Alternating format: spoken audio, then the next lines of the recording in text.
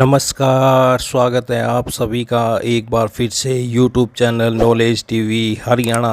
आज 28 अगस्त 4 बड़ी खबरें सामने आ रही हैं। बड़ी घोषणा, आदेश, ऐलान। तो सुबह 11 बजे तक की बड़ी खबरें, आइए देखते हैं। हरियाणा की सभी छोटी से बड़ी जानकारी अपडेट के लिए यूट्यूब चैनल नॉलेज टीवी को सब्सक्राइब ज़रूर कर लें। तो आइए देखते हैं सुबह 11 बजे बड़े धमाके, 4 बड़ी खबरें, घोषणा, आदेश, निर्देश। चैनल नॉलेज टीवी को सब्सक्राइब ज़रूर कर लें, बेल आइकन ज़रूर प्रेस करें जिससे अगली वीडियो का नोटिफिकेशन आपके पास पहुंच सके। तो आइए देखते हैं सुबह 11 बजे तक की 4 बड़ी खबरें, घोषणा, आदेश, निर्देश। पहली बड़ी घोषणा, हरियाणा विधानसभा चुनाव की तारीख में बदलाव पर अंतिम फैसला आना बाकी है। इस पर फैसला लेने से पहले चुनाव आयोग राज्य की अन्य पार्टियों से भी राय लेने की तैयारी कर रहा है। माना जा रहा है कि जल्द ही वह अन्य राजनीतिक दलों से भी इस मुद्दे पर चर्चा करेगा। भाजपा ने मतदान डेट से पहले और बाद में छुट्टियों का हवाला देते हुए चुनाव आयोग के समक्ष बदलाव की मांग रखी। भाजपा का तर्क था कि लंबी छुट्टियों के कारण लोग घूमने जा सकते हैं, ऐसे में मतदान प्रतिशत कम हो सकता है।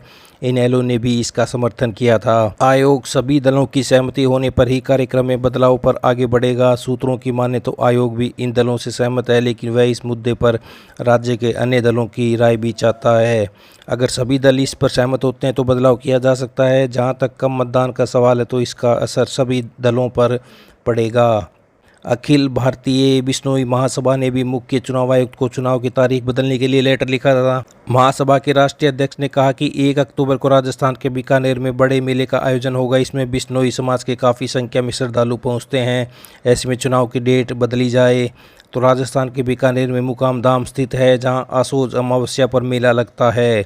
हरियाणा में वोटिंग के दौरान ये छुट्टियां पड़ रही हैं। 28 सितंबर शनिवार की छुट्टी पड़ रही है, 29 सितंबर रविवार की छुट्टी है, 1 अक्टूबर पोलिंग के चलते छुट्टी, 2 अक्टूबर गांधी जयंती की छुट्टी, 3 अक्टूबर महाराज अग्रसेन जयंती की छुट्टी। भाजपा के प्रदेशाध्यक्ष ने चुनाव आयोग को लेटर भेजा था, जिसमें उन्होंने लिखा कि 28 और 29 सितंबर को शनिवार रविवार है, 1 अक्टूबर को वोटिंग होगी, जबकि 2 अक्टूबर को गांधी जयंती और 3 अक्टूबर को अग्रसेन जयंती की छुट्टी है।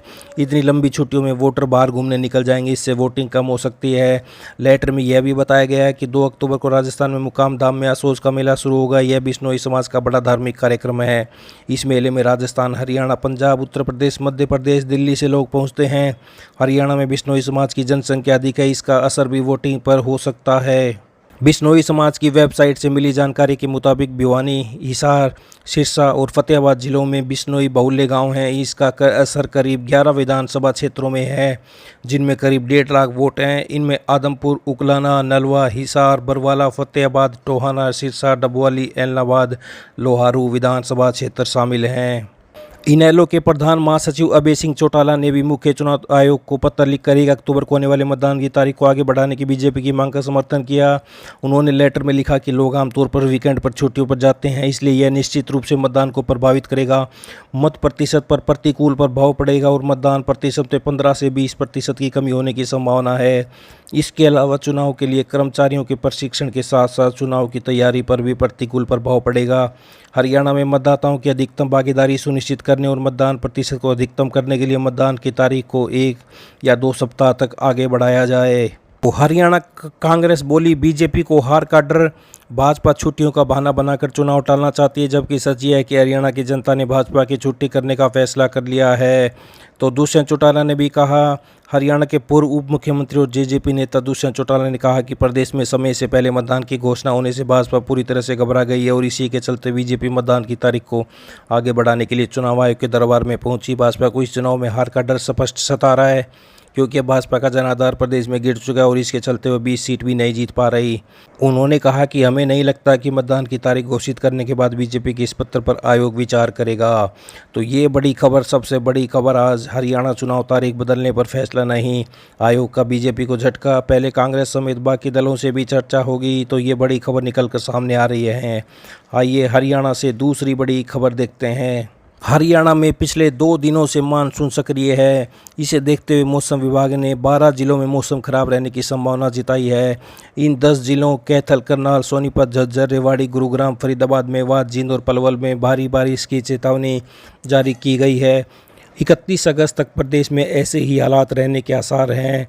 तो ये आप देख सकते हैं। वैसे तो प्रदेश में 326.2% बारिश होती है, लेकिन इस बार अब तक 266.8% बारिश हुई है। वहीं अगर अगस्त की बात करें तो प्रदेश में 33% ज़्यादा बारिश हुई है। हरियाणा में 7 जिले ऐसे रहे जहां 24 घंटे में भारी बारिश हुई। बारिश की वजह से कई जगहों पर जलभराव हो गया, कई इलाकों में घंटों बिजली गुल रही। सबसे ज़्यादा बारिश गुरुग्राम में हुई जहां 14 mm बारिश दर्ज की गई। इसके अलावा हिसार में 10.5 mm बारिश दर्ज की गई, पानीपत में 7 mm, कुरुक्षेत्र में 1.5 mm। इन्हीं जिलों के अलावा जींद, रोहतक, कैथल में भी मौसम में बदलाव देखने को मिला, जहाँ कुछ जगहों पर हल्की बूंदाबांदी देखने को मिली। तो ये आप देख सकते हैं 31 अगस्त तक होगी बारिश। हरियाणा में 31 अगस्त तक मानसून सक्रिय रहेगा। इसका कारण यह है कि मानसून की ट्रफ लाइन दिल्ली के उत्तर में निचले स्तर पर चली गई है, इसलिए सतही हवा पश्चिमी दिशा में बदल गई है।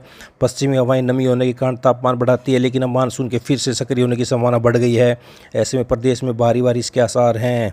तो ये देख सकते हैं हरियाणा के 10 जिलों में आज भारी बारिश, 12 शहरों में मौसम रहेगा खराब, सड़कों पर जलभराव। 31 अगस्त तक एक्टिव रहेगा मानसून। आइए अगली बड़ी घोषणा देखते हैं। राष्ट्रीय साधन व योग्यता छात्रवृत्ति योजना NMMSS के तहत आवेदन प्रक्रिया शुरू हो गई है। राजकीय स्कूलों के विद्यार्थी 10 अक्टूबर तक ऑनलाइन आवेदन कर सकेंगे।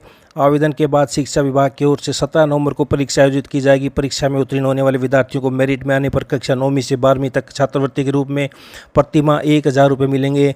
यह परीक्षा पूरे प्रदेश के सभी जिलों में करवाई जाती है। उसके बाद मेरिट में आने पर विद्यार्थियों को यह छात्रवृत्ति मिलती है। जिला गणित विशेषज्ञ और राष्ट्रीय साधन व योग्यता छात्रवृत्ति योजना के नोडल अधिकारी ने बताया कि यह परीक्षा शिक्षा मंत्रालय, भारत सरकार, नई दिल्ली की ओर से चलाई जा रही है। इस योजना के तहत पूरे प्रदेश में से 2337 पात्र विद्यार्थियों का चयन करने के लिए परीक्षा आयोजित की जाएगी। परीक्षा में बैठने के लिए विद्यार्थी राज्य के सरकारी व अनुदान प्राप्त विद्यालयों में 8वीं कक्षा में पढ़ रहे हों और उन्होंने 7वीं कक्षा की परीक्षा सरकारी विद्यालयों से पिछले वर्ष पास की हो। परीक्षार्थी के माता पिता की सभी स्रोतों से कुल वार्षिक आय 3,50,000 से कम होनी चाहिए। परीक्षा में जिला स्तर पर चयनित विद्यार्थियों को जिले के कोटे के अनुसार छात्रवृत्ति दी जाएगी। परीक्षा में BCA वर्ग को 16%, BCB वर्ग को 11%, SC वर्ग को 20% एवं शारीरिक विकलांग वर्ग को 3% आरक्षण दिया गया है। शेष सामान्य वर्ग के लिए है। आरक्षित वर्ग से आवेदन करने वाले विद्यार्थियों को सक्षम अधिकारियों की ओर से जारी प्रमाण पत्र की छायाप्रति ऑनलाइन आवेदन पत्र के साथ अपलोड करनी होगी। परीक्षा के लिए ऑनलाइन आवेदन पत्र हरियाणा विद्यालय शिक्षा बोर्ड भिवानी की वेबसाइट व SCERT की वेबसाइट पर भी आवेदन कर सकते हैं। तो ये बड़ी खबर सामने आ रही है। छात्रवृत्ति योजना के लिए आवेदन 10 अक्टूबर तक प्रतिमाह 1000 रुपये दिए जाएंगे छात्रवृत्ति के रूप में कक्षा 9वीं से 12वीं तक। तो आप ये देख सकते हैं। आइए अगली बड़ी घोषणा देखते हैं। विधानसभा चुनाव के लिए 5 सितंबर से गुड़गांव, पटौदी, बादशाहपुर व सोना के SDM कार्यालय में सुबह 11 से दोपहर 3 बजे तक ही नामांकन पत्र दाखिल होंगे। नामांकन दाखिल करते समय उम्मीदवार के साथ 4 से अधिक व्यक्ति नहीं जा सकेंगे। विधानसभा चुनाव में वही प्रत्याशी उम्मीदवार बन सकेंगे जो हरियाणा का स्थायी निवासी हो और उसका नाम मतदाता सूची में दर्ज हो।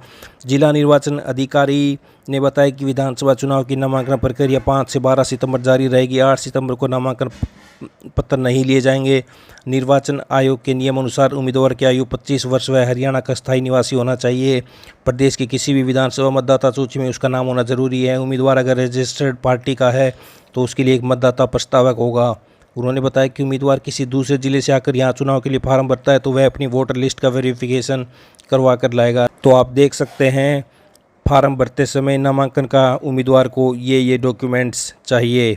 तो ये आप देख सकते हैं हरियाणा का स्थायी निवासी ही बन सकेगा उम्मीदवार। तो ये हरियाणा से इस समय की 4 बड़ी खबर सामने निकल कर आ रही थी। हरियाणा से सभी छोटी से बड़ी जानकारी के लिए यूट्यूब चैनल नॉलेज टीवी को सब्सक्राइब ज़रूर कर लें। सभी छोटी से बड़ी खबरें आपको यहाँ पर यूट्यूब चैनल नॉलेज टीवी पर मिलती रहेंगी। सब्सक्राइब ज़रूर कर लें चैनल, बेल आइकन को ज़रूर दबाएं जिससे अगली वीडियो का नोटिफिकेशन आपके पास समय रहते पहुँच सके। तो वीडियो को ज़्यादा से ज़्यादा लाइक करें, शेयर करें, सब्सक्राइब ज़रूर करें चैनल, बेल आइकन को भी दबाएं। तो इस अपडेट में इतना ही। भविष्य के अपडेट के लिए मिलते हैं। धन्यवाद।